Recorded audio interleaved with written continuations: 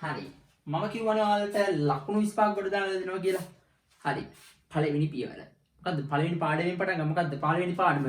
වර්ගඵලය හා පරිමාව. හරි. මොකක්ද ළමයි? ටට්ටක් ගාලා යන්න. අපිට තියෙන පළවෙනි තල රූපේ මොකද්ද? මතකයිනේ මොකක්ද තියෙන අපිට තියෙන පළවෙනි තල රූපේ? කියන්න බෑ පළවෙනි තල රූපේ මොකක්ද තියෙන්නේ? අපිට තියෙන පළවෙනි තල රූපේ තමයි මොකද්ද? ඍජු කෝණාශ්‍රය.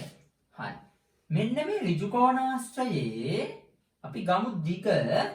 හරි. දිග ගන්නවා L කියලා, පළල ගන්නු B කියලා. හරිද? එතකොට මේකේ වර්ගඵලය වෙන ක්‍රමය කියන්න. වර්ගඵලය වෙන ක්‍රමය තමයි පුතාලා මොකක්ද ගන්නෙ? වර්ගඵලයට ගන්නවා අපි කැපිටල් A සමානයි මොකක් කරද්ද? සාමාන්‍යයෙන් කියන්නේ දිග ගුණ කරනවා ළමයි මොකෙන්ද? පළලෙන්. මේකේ දිග L පළල B. එහෙනම් සූත්‍රයක් එනවා මොකක් කියලාද? A සමානයි L B කියලා. හරි. මේ මොකේද? මේ ඍජු කෝණාශ්‍රයේ වර්ගඵල වෙන සූත්‍රය. හරි මම ඉස්සෙල්ලාම ඔයාලට කරන්නේ මෙන්න මේ වගේ තල් රූප වලට වල සූත්‍ර ටික මතක් කරගෙන යනවා. ඊට පස්සේ පියවරෙන් පියවර ඔයාලට ඒවට අදාළ ගණිත ගැටලු සුළු කිරීම කරන්නේ කොහොමද? ඒවා අදාළ කරන ක්‍රම ටික පිළිවෙලට කියලා දෙන එක තමයි කරන්නේ. හරි. හරි. ඊළඟට තියෙන එක මොකද්ද? ඊළඟට තියෙන එක තමයි බං මොකක්ද තියෙන්නේ ඊළඟට? හරි. ඊළඟට මොකක්ද තියෙන්නේ? ඊළඟට තියෙන්නේ සමචතුරස්‍රය. සමචතුරස්‍රයේ විශේෂතාවය තමයි මොකද්ද? මේවා සාමාන්‍ය පෙළ ගණිත ගැටලුනේ. මොනවද? සාමාන්‍ය පෙළ ගණිත ගැටලුණා. කියන්න බලන්න මොනවද මේක? පාද හතර සමානයි, කෝණ හතරත් සමානයි. සියලුම කෝණ මොන කෝණද? ඍජු කෝණ වෙනවා. එහෙනම් මේකෙත් ගමු වර්ගඵලයට A ගමු. මේක හැබැයි මේ පැත්තෙන් නම් මේ පැත්ත තෙල් වෙනවනේ. එහෙනම් මේක වර්ගඵලය වෙන සූත්‍රය මොකද්ද? L ගුණ කිරීම L. ඒ කියන්නේ A සමානයි L වල වර්ගය. හරි. මම මේ ටට්ටක් ගාලා යන්නේ මේ හැමෝටම මේ තේරෙන එකට නෙවෙයි. අර අන්තිම මොකද මොකක් හරි තුරුම්පුවක් ගහගන්න බලන් ඉන්නවනේ කට්ටිය. අන්න ඒකින්දා මම මේ ටට්ටක් ගාලා පොඩි පොඩි ට්‍රික්ස් ටිකක් විතරයි යන්නේ. හරි. ඊළඟට කියන්න. ඊළඟට තියෙන රූපේ තමයි ත්‍රිකෝණ. ත්‍රිකෝණ වල වර්ගඵලයක් හොයන්න තියෙන ක්‍රම ටික තමයි එක සූත්‍රයකින් ගොඩ දෙන්නේ. මේ සූත්‍රය අපි හිතමු මෙන්න මේ උස h කියලා. මෙන්න මේ උස අපි ගමු a කියලා. උස නෙමෙයි දිග. සාමාන්‍ය පෙළ ළමයින්ට අපි මේක පාඩම් කරන නැත්නම් සූත්‍රයක් විදිහට කියලා දෙනවා. වර්ගඵලය හොයන්න ගන්නවා a සමානයි භාගයක් අල. අන්න ටක් ගාලා මතක් වෙනවනේ. a සමානයි භාගයක් අල. මොකක්ද යකෝ භාගයක් අල කියන්නේ? අල ගෙඩියෙන් භාගයක්ද? නෑ අල ගෙඩියෙන් භාගයක් නෙමෙයි. මේකේ මේ භාගයක් අල කියන්නේ ආ කියන්නේ ආධාරකය. මොකක්ද ආධාරකය? ආධාරකයට a. ලා කියන්නේ ලම්බ උස. ලම්බ උස මොකක්ද? h. ලම්බ උස h. එහෙනම් අපිට ගන්න පුළුවන් සූත්‍රය මොකද්ද? a සමානයි භාගයක් a ගුණ කිරීම h කියලා ගන්න පුළුවන්. දැන් අපි ඊළඟට තියෙන එක මොකක්ද ඊළඟට අපිට තියෙන්නේ? සමාන්තර ආශ්‍රය. සමාන්තර ආශ්‍රය කොහොමද ගොඩ දාගන්නේ? සමාන්තර ආශ්‍රය ගොඩ දාන්නේ මෙන්න මේ සරල ක්‍රමය. සමාන්තර ආශ්‍රය ගමු මොකද්ද? මේක h. සමාන්තර ආශ්‍රය ගොඩ දාන්නේ කොහොමද?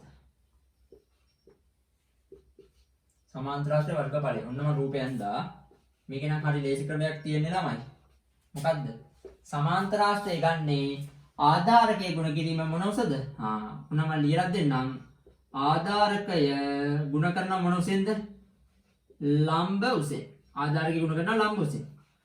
ආධාරකය මොකද්ද? a. ලම්බ උස මොකද්ද? h. එහෙනම් අපිට ගන්න පුළුවන් a සමානයි ah කියලා. මොකද්ද? මෙන්න මේ සමාන්තර ආශ්‍රේ වර්ගඵලය. හරි. යන් ත්‍රපීසියමක වර්ගඵලය හොයන්න. හරි. ත්‍රපීසියමක වර්ගඵලය හොයන්න කොහොමද? ත්‍රපීසියමක් අදින්නම්කෝ. ඔන්න මම ගන්නවා ත්‍රපීසියම. ත්‍රපීසියම මේ පොඩි පන්තිවල තිබ්බයි නෑ. ත්‍රපීසියමේ විශේෂත්වය ඔන්න මේක B නෙවෙයි මේක මම ගන්නවා B මේක ගන්නවා මම A කියලා. හරි. කියන්නේ ට්‍රපීසියම් වර්ගඵලය හොයන්නේ කොහොමද? ට්‍රපීසියම් වර්ගඵලය හොයන්නේ මොකද්ද? භාගයක් සමාන්තර පාද දෙකේ එකතුව. සමාන්තර පාද දෙක A ධන B. එකතුව ගුණ කරනවා මොන උසෙන්ද? ලම්බ උස කියන්නේ h වලින්. එහෙනම් A සමානයි භාගයක් A ධන B වාරයක් h කියලා ගන්නවා ත්‍රපීසියමේ වර්ගඵලය. හරි බලමු ඊළඟ. වෘත්තයේ වර්ගඵලය කොහොමද? ලස්සනට අද ගමනේ රවුමක්. අඳින්න පුළුවන් මේක හිතන රවුමක් ඔන්න ටිකක් වෘත්තයක් වගේ තියෙනවා. මැද තියෙනවා කේන්ද්‍රය. කේන්ද්‍රයේ ඉඳලා පරිධි රඳන රේඛාවක්. ඒකට කියන්නේ R කියලා. එහෙනම් මේකේ වර්ගඵලය වෙන සූත්‍රය පොඩි කාලේ ඉඳලා දන්නවා මොකද්ද? phi r වර්ගය. එහෙනම් වෘත්තයේ වර්ගඵලය හොයන්නේ කොහමද? phi r වර්ගය. හරි. යන් අපි ඊළඟට.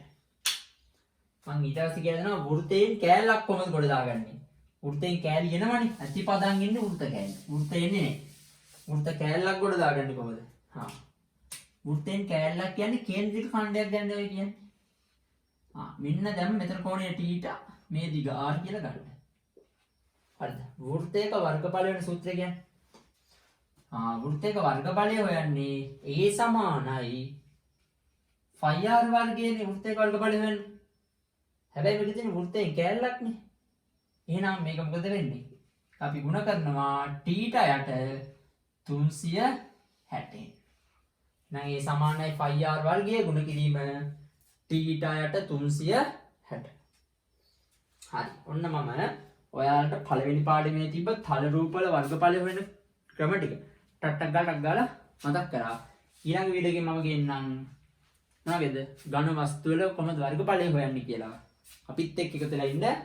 මෙන්න මේ විදිහට ඔයාලගේ අමතක වෙච්ච දැනුම අපි ටක් ගාලා මතක් කරලා ගොඩ දාලා දෙනවා.